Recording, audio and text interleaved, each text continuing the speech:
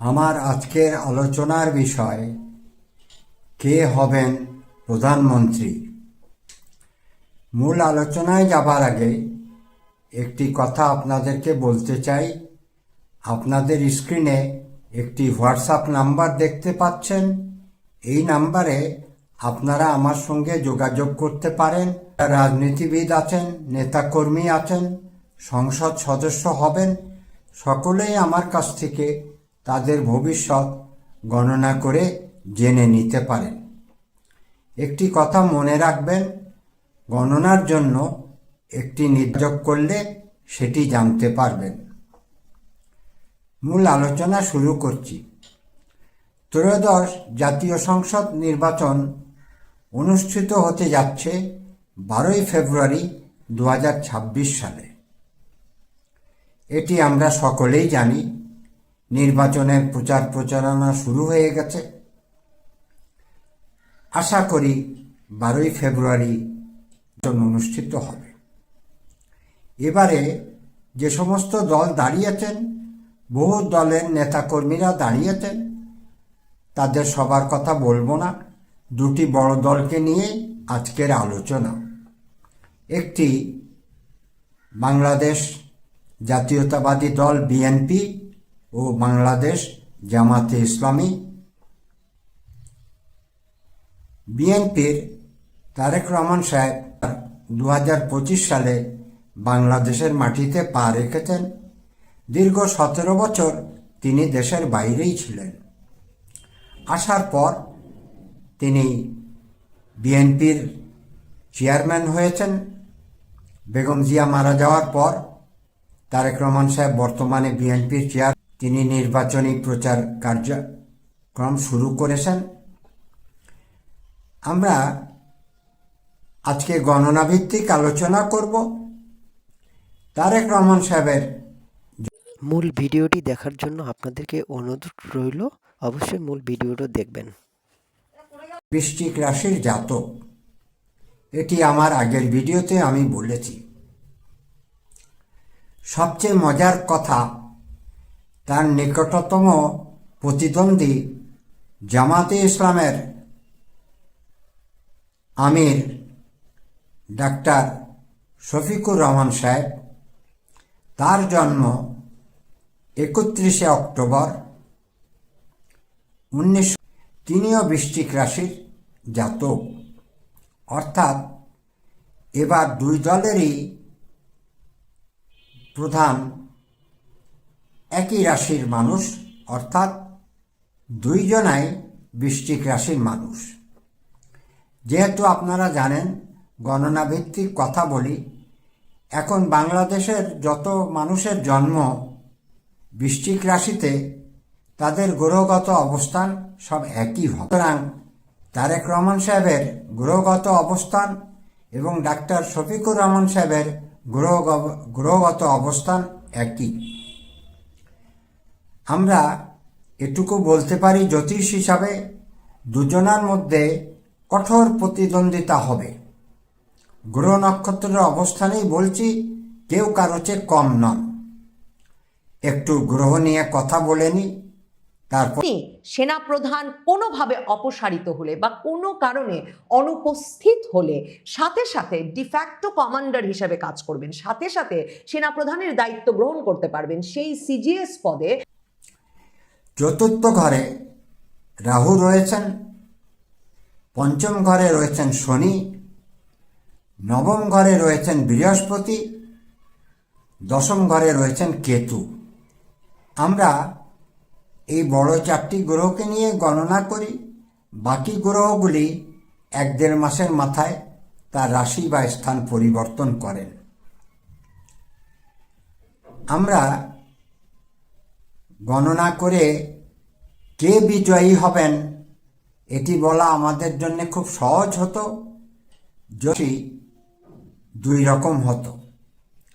একই রাশি, গ্রহগত অবস্থান একই, এবং সবচেয়ে মজার কথা, জামাতে ইসলামী বাংলাদেশ একটি শক্তিশালী দল এবং বিএনপিও একটি শক্তিশালী দল। জরিপে অনেক রকম কথা আমরা শুনেছি। তারেক রহমান সাহেবকে প্রধানমন্ত্রী, আগামী দিনের প্রধানমন্ত্রী ধরে নেওয়া হয়েছে। ডক্টর তারেক রহমান সাহেবকে একটু বেশি সম্মান দেখাচ্ছেন, যেটি নিয়ে আমরা কিছু সমালোচনা করেছি। ডক্টর মোহাম্মদ ইউনূস সাহেবের প্রথম দায়িত্ব হচ্ছে নির্বাচন দেয়া এবং তিনি সবার প্রতি সমান আচরণ করবেন। লেভেল প্লেয়িং ফিল্ড একটি ইংরেজিতে কথা আছে, কিন্তু আমরা কি দেখলাম? লেভেল প্লেয়িং ফিল্ড এখানে দেখতে পাওয়া যাচ্ছে না। ইউনূস সাহেব এক একজনের, তিনি একটা অপূর্ব সৃষ্টি করেছেন এই 17 মাস ক্ষমতায় থাকাকালীন। সেই সৃষ্টি হচ্ছে জাতীয় নাগরিক পার্টি, যারা আমাদেরকে হতাশ করেছেন, বৈষম্য বিরোধী ছাত্র আন্দোলনের নেতারা। তারা এবারে নতুন বাংলাদেশ দেবেন, দ্বিতীয় বাংলাদেশ দেবেন বলে টলে এখন একবার বিএনপি একবার জামাতের দরজায় যেয়ে ধর্ণা দিচ্ছেন। আরেকবার আরেকটি ভিডিওতে বলবো। আজকে তারেক রহমান ও শফিকুর রহমান সাহেবের উপরেই আলোচনা করব। ইউনূস সাহেব তারেক রহমান সাহেবকে একটু বেশি সম্মান করছেন। লন্ডনে গিয়ে তার সঙ্গে দেখা করেছেন, সেটিও আমরা জানি। বাংলাদেশে তারেক রহমান সাহেব আসার পর নৈশভোজের আয়োজন হচ্ছে, সেটিও আমরা জানি। সরকারি প্রধানমন্ত্রী না হয়েও তিনি রাষ্ট্রীয় সমস্ত মর্যাদা, নিরাপত্তা সবই তাকে দেয়া হচ্ছে। অপরদিকে অন্যান্য যে সমস্ত দল আছে তারা সকলেই এ ধরনের সুযোগ সুবিধা পান না। তবে জাতীয় নাগরিক পার্টিকেও ইউনূস সাহেব অতিরিক্ত সম্মান দিয়েছেন। নিয়মের বহির্ভূত, আইনের বহির্ভূত সুযোগ সুবিধে এনসিপি বা নাগরিক পার্টিকেও দেয়া হয়েছে, যেগুলি নির্বাচনের সময় দৃষ্টিকটু। ইউনূস সাহেব নির্বাচনে কোনো কলকাঠি ঘোরাবেন না বা কোনো পক্ষপাতিত্ব তার থাকবে না, এটি বিশ্বাস করা একটু কঠিন হয়ে গেছে। যা হোক, তিনি তার কর্মের ফল ভোগ করবেন। আমি আমার প্রতিটি ভিডিওতেই বলেছি, প্রত্যেক মানুষকেই তার কর্মের ফল ভোগ করতে হয়। ডাক্তার শফিকুর রহমান সাহেবের 31শে অক্টোবর 1958 সাল যদি আমরা হিসাব করি, 31 মানে 4 সাহেবের জন্ম সংখ্যা, এবং 4-এর সঙ্গে আমরা যোগ করব অক্টোবর 1, 5 এবং 1958 23, যোগ করলে 23 হয়, অর্থাৎ 5, 10। ডাক্তার শফিকুর রহমান সাহেবের জন্ম সংখ্যা 4, গণিত সংখ্যা অত্যন্ত শুভ সংখ্যা। অপরদিকে তারেক রহমান সাহেবের জন্ম 20শে নভেম্বর 1967। 20 মানে 2, নভেম্বর 11, 1 + 1 অর্থাৎ 2, 1967 যোগ করলে আমরা 23 হবে। 23, 2 + 3, 5। সবচেয়ে মজার কথা, 1967 যোগ করলে আমরা 23 পাই। ডাক্তার শফিকুর রহমান সাহেবের 1958 সাল যোগ করলেও আমরা 23 পাই, অর্থাৎ দুজনেরই বছরটি যোগ করলে আমরা 5 সংখ্যা পাই। তারেক রহমান সাহেবেরটা হিসাব করছি, 2, 20 অর্থাৎ 2, 11 অর্থাৎ 2, 4 এবং 5, মোট 9। তারেক রহমান সাহেবের জন্ম সংখ্যা 2 ও গন্তব্য সংখ্যা 9। এটি খুব শুভ সংখ্যা বলা যাবে না। 2 চন্দ্রের সংখ্যা, 9 মঙ্গলের সংখ্যা। 9 মঙ্গল খুব শুভ সংখ্যা বলা হয় না, মঙ্গলকে সেনাপতি বলা হয়। 2 সংখ্যাকে রানীর সংখ্যা বলা হয় যার সংখ্যা বলা হয়। আমরা লক্ষ্য করলে দেখব শফিকুর রহমান সাহেবের জন্মসংখ্যাতে 4 এবং 1 রয়েছে, আর তারেক রহমান সাহেবের জন্মসংখ্যাতে 2 এবং 9 রয়েছে। আমার জ্যোতিষবিদ্যা অনুযায়ী শফিকুর রহমান সাহেবের, যেটি তারেক রহমান সাহেবের নাই। তবে এই প্লাস পয়েন্টেই সব কিছু হয়ে যাবে দর্শক, আপনারা এমনটি ভাববেন না। দুজনেই খুব শক্তিশালী। রাশিগত হিসাবে দুজনেরই ভাগ্যস্থানে বৃহস্পতি রয়েছে। দুজনই ভাগ্যের সহায়তা পাবেন, সুফল পাবেন, এটি আমরা আশা করতে পারি। এখন আমাদেরকে করতে হবে, নির্বাচনের ফলাফলের জন্য অপেক্ষা করতে হবে।